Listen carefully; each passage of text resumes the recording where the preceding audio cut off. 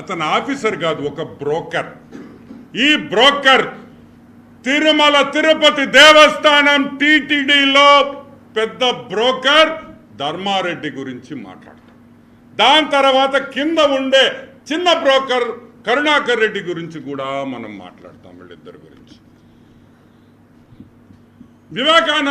Vivekananda Reddy YS Vivekananda Reddy murder కేసులో broker Dharmareddy ఢిల్లీలో home మినిస్ట్రీలో lobbying చేసాడా లేదా, లాబియింగ్ చేసి అవినాష్ రెడ్డిని బయటపడేదానికి ప్రయత్నాలు చేసాడా లేదా అనే విషయం మీకు చాలాసార్లు మేము మాట్లాడాము. చేశాడు చేశాడు చేశాడు అని ఈరోజు నేను చెప్పటంలా, వైఎస్ కుటుంబంలో సభ్యురాలు వైఎస్ సునీతారెడ్డి గారు చెప్తున్నారు. ఈడొక బ్రోకరు, వీడిని చూసి ఆశ్చర్యపోయాను, వీడికేం పని ఇక్కడ అని. వీడికేం పని ఇక్కడ అంటే వైఎస్ జగన్మోహన్ రెడ్డి వైసీపీ పార్టీకి ఒక బ్రోకర్గా, ఒక దళారీగా పనిచేసిన ధర్మారెడ్డి అని కూడా మీకు మనవి చేస్తున్నా.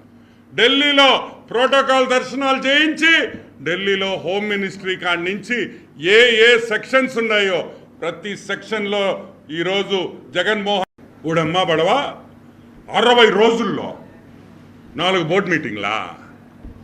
కరుణాకర్ రెడ్డి చైర్మన్ అయిన తర్వాత 60 రోజుల్లో 4 బోర్డు మీటింగ్లా.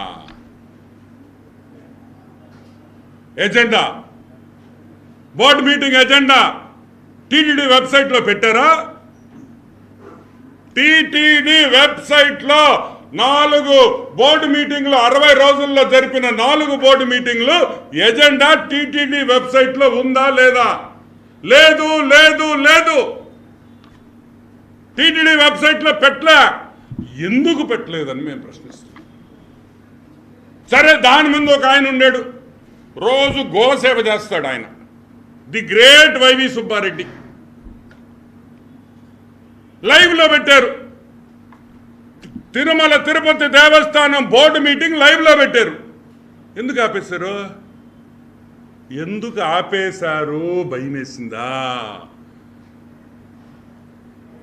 క్యాష్ విషయాలు బయటకు వస్తుందని భయమేసిందా? ఎందుకు లైవ్ ఆపేశారని అడుగుతున్నాం. ఎందుకు భయపడ్డారో? లైవ్ జనాలకు తెలిసిపోతుందా? ఈ 4 బోర్డు మీటింగులలో పూర్తిగా వర్కులు, వేల కోట్ల రూపాయల వర్కులు 10% కమిషన్కి కరుణాకర్ రెడ్డి ధర్మారెడ్డి అమ్ముకున్నారనేది వాస్తవం, నిజం. దానివల్ల ఎజెండా టీటీడీ వెబ్సైట్లో పెట్టలేదు. ఇప్పుడు కూడా ఎజెండా గురించి మాకెవరికి తెలియదని కూడా నేను మనవి చేస్తాను.